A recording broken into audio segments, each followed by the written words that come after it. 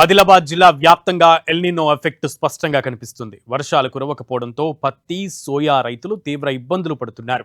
విత్తనాలు మొలకెత్తి మొక్కల దశలో పంటలు ఉండగా వర్షాలు లేక ఆ పంటలు పూర్తిగా ఎండిపోయే స్థితికి వచ్చాయి.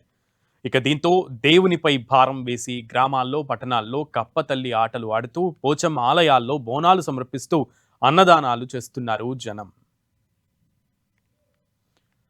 పూర్తి వివరాలు ఆదిలాబాద్ నుంచి మా ప్రతినిధి ప్రేమ్ సాగర్ అందిస్తారు.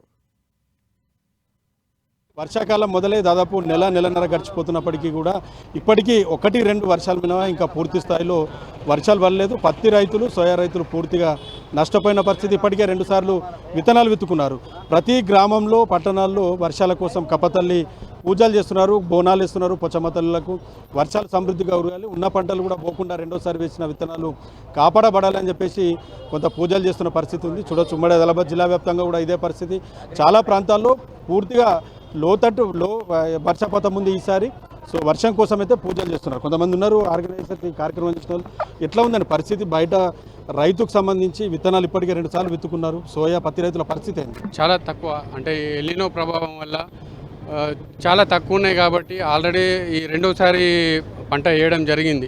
మొదటిసారి వేసినా పోయింది, ఆల్రెడీ రెండోసారి కూడా వేసినాం.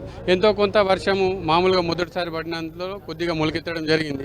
దాని తర్వాత ఇప్పుడు ఏంటిదంటే ఎదుగుదల కావాలి, వర్షము దానికి ఖచ్చితంగా కావాలి కాబట్టి నీరు, ఎరువులు వేసుకున్నారు. దాంతో ముఖ్యంగా ఏంటిదంటే ఇప్పుడు ఎదుగుదల మొత్తం ఎండిపోవడానికి వచ్చింది. ఆల్రెడీ ఎండిపోతుంది, కొన్ని ప్లేస్లలో ఎండిపోయింది. నల్లరేగడ్లలో కొంచెం ఎంతో కొంత ప్రాణంతో ఉన్నాయి. ఈ వర్షం లేకపోతే మట్టుకు ఇవి చాలా కష్టం. రైతన్న ఆవేదన ఏంటిది, ఇప్పుడు అందరిది ఎట్లా ఉందంటే పరిస్థితి, వర్షం ఉంటేనే, ఇప్పుడు వర్షం పడితేనే రైతులు కొంచెం ఎంతో కొంత ఇది ఉంటారు, లేకపోతే చాలా కష్టము. కరెక్ట్ సీజను రైతు ఇప్పుడు మొత్తానికైతే నష్టపోవాల్సింది. ఇప్పుడు దాన్ని బేస్ చేసుకొని మేము ఏంటిదంటే ప్రతి సంవత్సరము దీన్ని మేము కప్పతల్లి ఆడడము, అగ్రి ఎంప్లాయీస్ అసోసియేషన్ తరఫు నుంచి మేము దాంట్లో భాగంగానే ప్రతి సంవత్సరము పోచమ్మ తల్లికి అక్కడ జలాభిషేకం చేసి కప్పతల్లి ఆడి గంగకు తీసుకెళ్ళి కప్పతల్లిని అక్కడ వదిలిపెట్టి పూజ చేయడం జరుగుతుంది. అట్లాగే ప్రతి సంవత్సరము హనుమాన్ టెంపుల్, రామ్నగర్ హనుమాన్ మందిరంలో ప్రతి సంవత్సరము అన్నదాన కార్యక్రమం కూడా చేయడం జరుగుతుంది. అదే ఈరోజు ఈ కప్పతల్లి ప్రోగ్రాం ఆడి తర్వాత రేపు అన్నదాన కార్యక్రమం అనేది అధిక మొత్తంలో ఉంటుంది. పెద్ద సంఖ్యలో అందరు రావాలని కోరుకుంటున్నాం. వర్షాలు సమృద్ధిగా పడి రైతన్నులు సంతోషంగా ఉండాలని కోరుకుంటున్నాం మనస్ఫూర్తిగా.